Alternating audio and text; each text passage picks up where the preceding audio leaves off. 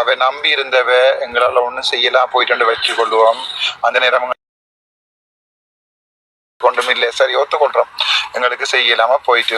ஆனா இப்ப 2009 இருந்து 2024 வரைக்கும் நாங்க என்ன செஞ்சிருக்கிறோம்ன்றது மட்டும் தான் கேட்கிறோம். அவங்கள்ட்ட கொடியை வச்சிருக்கிறோம், எங்கள்ட வரலாறு சொல்லி கொண்டிருக்கிறோம். நாங்கள் அப்பப்ப நாங்கள் அவரோட போய் ஆமக்கறி சாப்பிட்டு நாங்கள் என்று சொல்லி ஒவ்வொரு வீடியோக்குள்ள போட்டு கொண்டிருக்கோம். அது தவிர நான் கேட்கிறேன் என்னென்றால் இன்ற வரைக்கும் நாங்கள் தமிழருக்கு என்ன செஞ்சிருக்கிறோம் என்று தான் கேட்கிறேன். அப்படி ஏதாவது நான் கேட்கிற பிள்ளைன்னா மன்னிச்சு கொள்ளுங்க. அப்ப நீங்க கேட்பீங்க நீங்க என்ன செஞ்சிருக்கிறீங்கன்னு.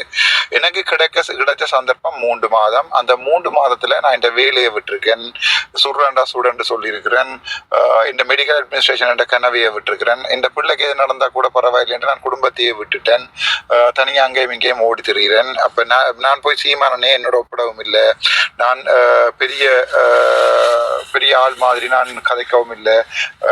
மேலகோட ஒப்புறதோ சீமானோட ஒப்புறதோ அப்படி ஒரு வேலையும் நான் செய்ய சொல்லல. என்னென்றால் நான் அது அவர் செய்த ஒரு நாளுமே தமிழ்ல சொல்லுவாங்க, நன்றி கொண்டார்க்கும் ஓய்வுண்டாம் ஓய்வில்லை, செய் நன்றி கொண்ட மகற்கண்டு.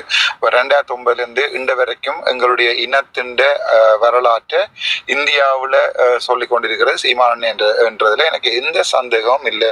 நல்ல வழியில ஆரம்பிக்கப்பட்ட சீமானன் என்ற போராட்டம் இப்போது அப்ப உதாரணத்துக்கு உங்களுக்கு தெரியும், இப்ப EPDP என்று சும்மா சொல்லுவோம். ஒரு காலத்துல எங்களோட தேசிய தலைவரோட பரவலா ஆரம்பிக்கப்பட்டதுதான் இந்த எல்லா போராட்டங்களும்.